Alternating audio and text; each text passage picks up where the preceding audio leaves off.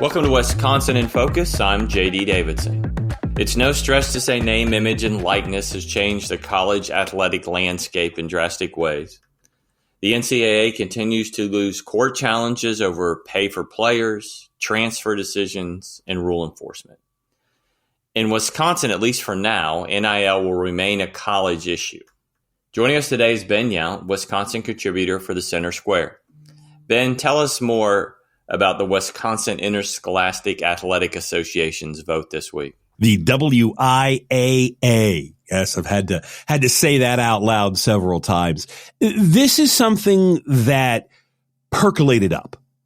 The WIAA, like I'm assuming that every single state high school governing board does. They have their annual meeting in the spring, and they talk about everything from schedule changes to how the live stream is going to work at football games to paying high school athletes. And this was a story that we, like so many outlets across the state, wrote as they're going to pay the players now. And when it came time to vote, ultimately, the member schools, the athletic directors from the schools across the state, couple of hundred of them, voted this down because they said they weren't ready for these rules. But this is the idea of you can have a job in McDonald's and make money. If you're a really good young person and funny on the TikTok or the YouTube, you can do that and get paid. But if you're a high school football standout, a high school basketball standout, the best women's lacrosse player in the state of Wisconsin, you can't get paid for that. And so there is this sort of fundamental fairness question of rewarding people for their labor. I mean, I don't work for free, JD. I don't assume you do either. But there's also the reality that, as you said, big money has changed college sports in a way that is probably going to kill college sports. I mean, I know that this isn't a sports talk podcast, but NCAA football won't be NCAA football by 2030. I can guarantee you that. And once that happens, there may not be any NCAA sports at all because nobody's turning out for the Division III softball games in the spring. It's all paid for by football.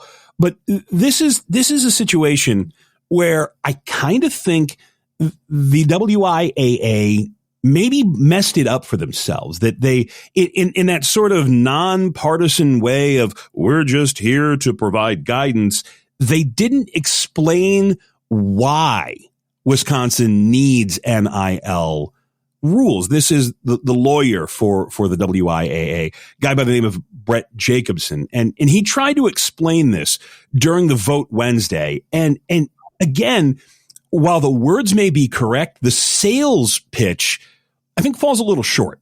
There is a real possibility, I believe, if we don't act, that the legislature will get involved at some point.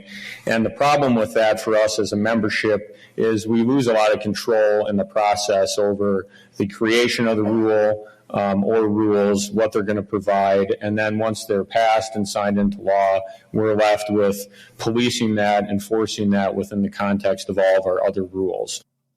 Jacobson also said that the WIAA is really worried about a lawsuit because, again, like a state law, a lawsuit would force the hand of the WIAA and they would be playing catch up as opposed to being proactive. But no one ever used the word proactive during the vote, during the run up to this. And so while I think you and I and most people don't want NIL in high school sports because it could ruin high school sports, there's a part of me that thinks, well, the WIAA was trying to do that. They were trying to make these rules so difficult that it technically allowed for NIL, but it made it almost impossible to use it so that they could keep the money out of high school sports. And there they failed. They clearly failed. If that was their intention, they clearly failed. Well, I've got so many thoughts on this. As I said before, I'm a baseball, football, and basketball high school official. But I also found out that there were only 12 states that ban high school NIL. 30 states allow it. 30 states allow it, and 2, Texas and Missouri, are just waiting on governor signatures to allow it. That getting that information shocked me. This is something that is coming. I mean, look, you are a high school basketball ref. You know what AAU ball has done to high school basketball. It has changed the landscape. I read a piece last month that talked about the push from travel baseball coaches to have top players not even play for their high school. Nah, don't worry about that. Join the travel team. We'll get you in front of big league scouts every weekend. That happens in high school soccer right now, that the best high school soccer players do not play for their high school teams. It's we talked earlier. There was also a golfer in Ohio who was the defending state champion as a sophomore. She's not playing for her high school team anymore, so she can get money from, I'm assuming, Titleist or Nike or whoever. I think you were right. The WIAA sees this as coming and wants to get in front of it, wanted to be proactive. If you're not in front of it, I'm not sure what's going to happen.